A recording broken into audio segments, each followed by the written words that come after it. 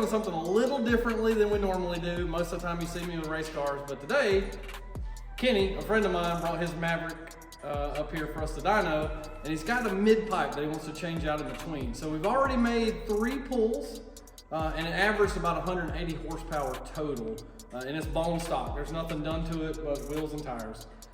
So next, Kenny's gonna change the test pipe, or the mid-pipe, and then we're gonna do 3 more pulls and take an average to see how much it actually picked up. They claim it picks up 7 horsepower, but we're gonna find out today if that's actually true.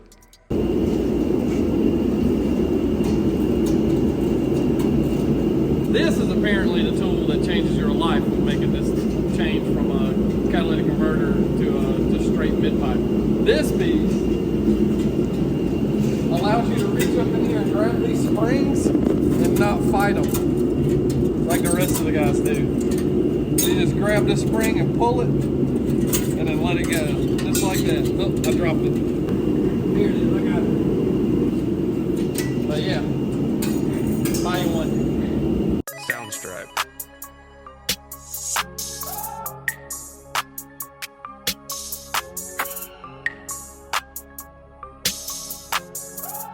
Sound stripe.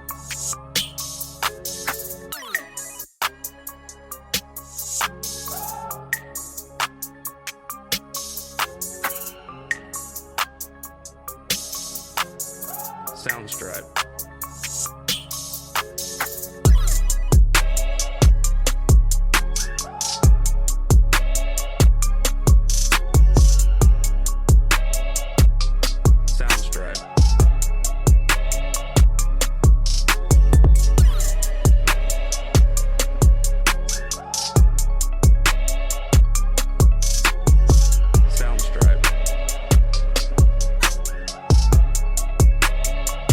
I put some anti-seize on this plug, but if you're not careful with that shit, you end up looking like a tin man.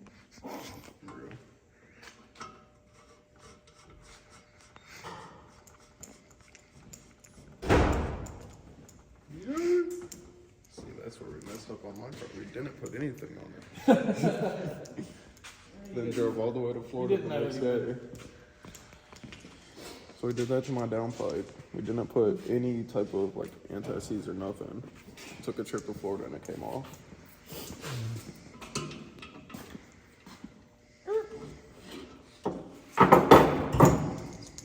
So it's already on round 1? Yeah. Joshua, get us in go.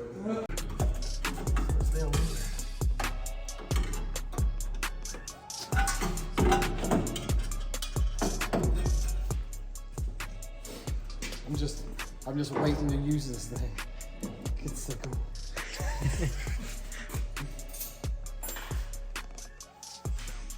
You could probably do a lot of damage to somebody's race. Yeah, I gotta cut that.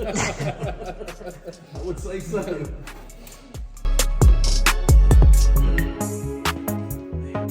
Sound stripe.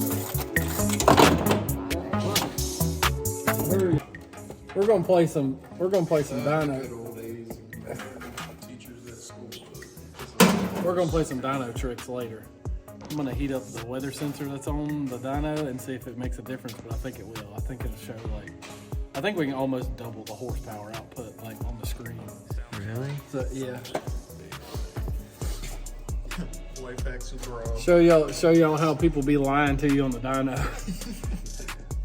Be like, man, my car made 1,000 horsepower and it gets outrun by a 400 horsepower Fox body. And you're like, yeah, I don't think it did. Man, you put one of them down, what is that? 5 amp hour new power stack batteries on them things? The 5 amp hour power stack battery by DeWalt. Yeah, 12 hours of runtime out of your flex head life.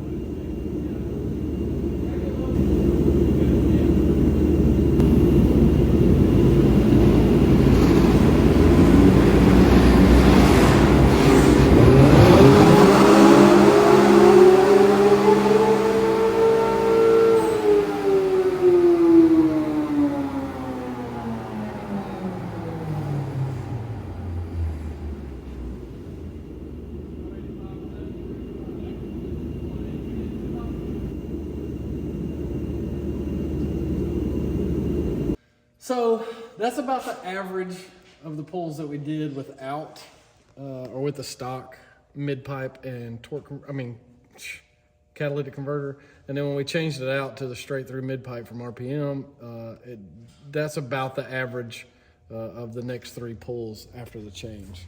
So they claim 7 horsepower, probably is at the crank, and it actually made a 5 horsepower difference at the wheels. So kudos, that's a pretty decent pickup for just a bolt-on part.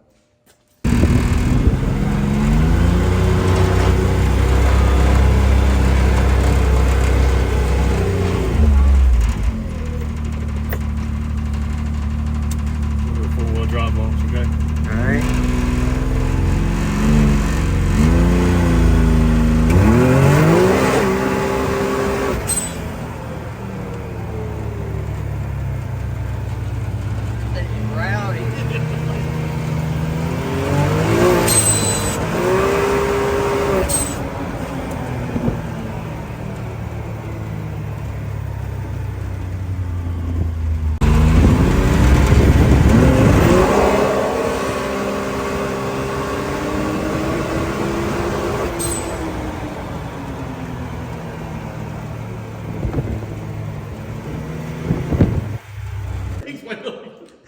So when we first got this dyno, I noticed that anything that made 500-ish or more torque would spin on the dyno.